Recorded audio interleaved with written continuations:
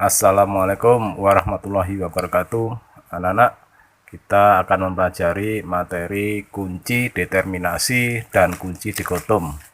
Pada pelajaran terdahulu, kalian sudah mempelajari klasifikasi pada makhluk hidup, di mana kalau kita ingin mengelompokkan atau mengklasifikasikan makhluk hidup, kita harus tahu dulu ciri-ciri dari makhluk hidup tersebut.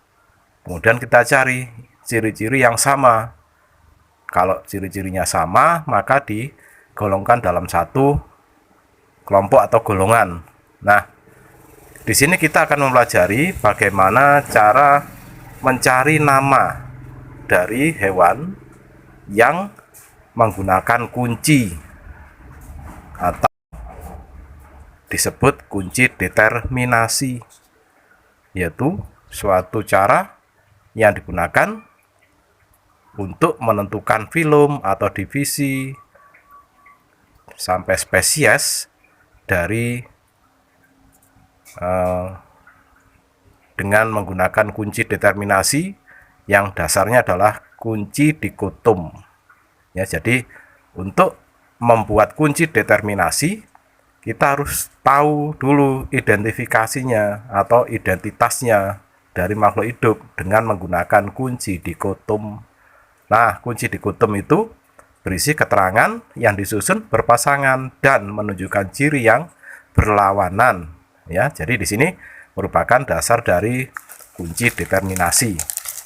Perhatikan diagram kunci dikotom. Itu adalah model diagram kunci dikotom di mana setiap bagian itu kan ada pembagian dua cabang, ya, dibagi dua cabang ke atas ke bawah.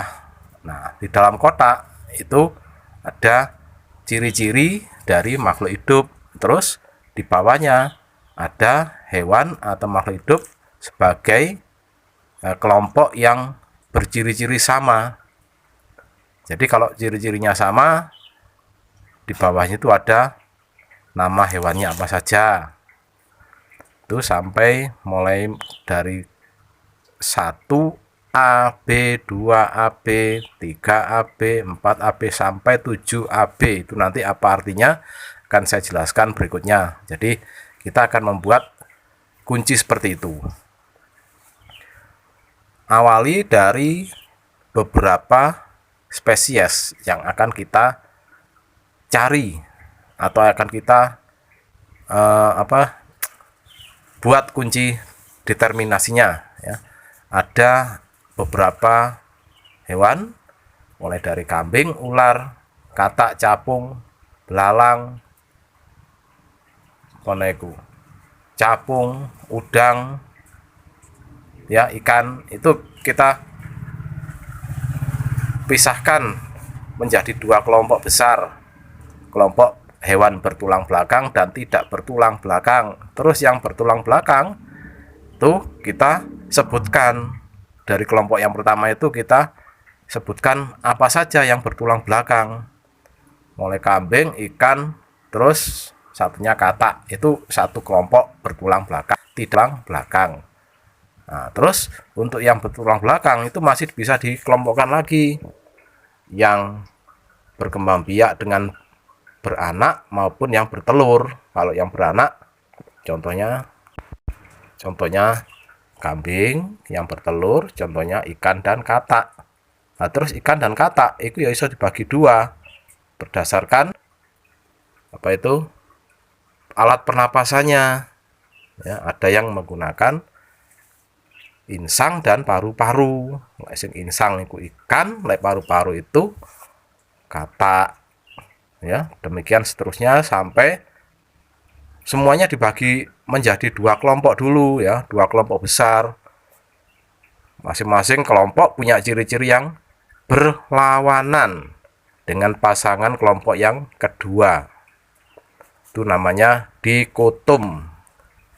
Di itu dua. Jadi setiap kelompok dibagi dua kelompok besar. Terus kalau masih bisa dibagi lagi, dibagi dua lagi sampai yang terakhir ketemu nama spesiesnya. Di situ tertulis dengan huruf merah, itu artinya dia sudah ya tertulis dengan huruf merah, sudah ketemu nama hewannya.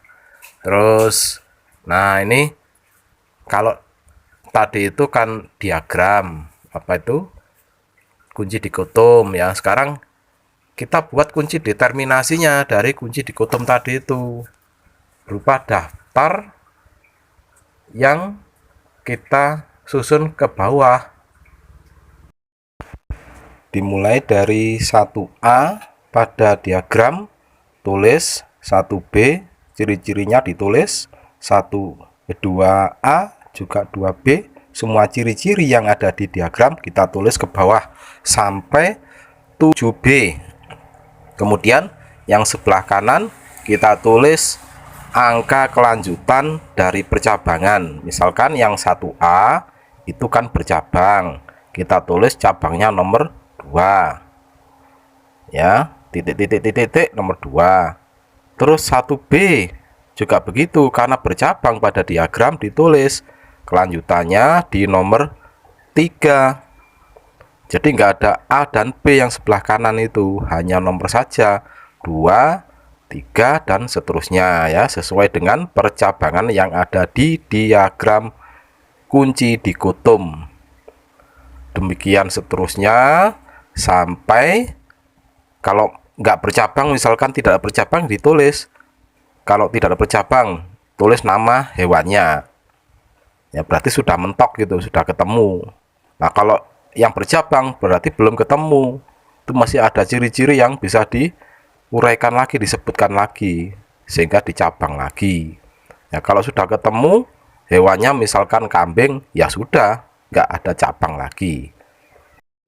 Nah begitulah cara mengubah dari kunci dikotom menjadi kunci determinasi, dan selanjutnya nanti kunci determinasi bisa kita pakai untuk mencari nama spesies atau hewan tertentu yang belum diketahui namanya. Contoh di situ ada hewan yang belum tahu namanya, misalkan ciri-cirinya bagaimana, bertulang belakang, cari di kunci determinasi bertulang belakang 1A, terus dilanjutkan ke nomor 2. Nomor 2 itu dibaca yang A dulu, 2-nya 2A, bagaimana ciri-cirinya 2A, betul sesuai apa enggak dengan hewan yang kita temukan tadi.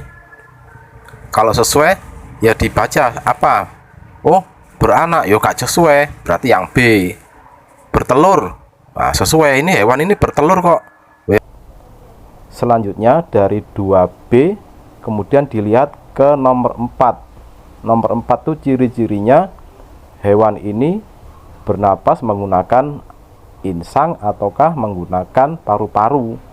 Nah kalau ternyata oh hewan tadi itu bernapas dengan insang, berarti oh ini ketemu sudah, namanya adalah ikan. Nah begitu anak-anak untuk membaca atau menggunakan kunci determinasi. Urutannya hewan tadi kuncinya adalah dari 1A kemudian menuju ke 2B, dari 2B menuju ke nomor 4, 4-nya 4A. Demikian juga untuk gambar atau hewan yang kedua, silahkan dilihat rumusnya kemudian sesuaikan dengan kunci determinasi yang sudah ada. Setelah itu dicoba sendiri ya untuk latihannya. Silahkan, selamat mencoba, semoga lancar. Saya akhiri, wassalamualaikum warahmatullahi wabarakatuh.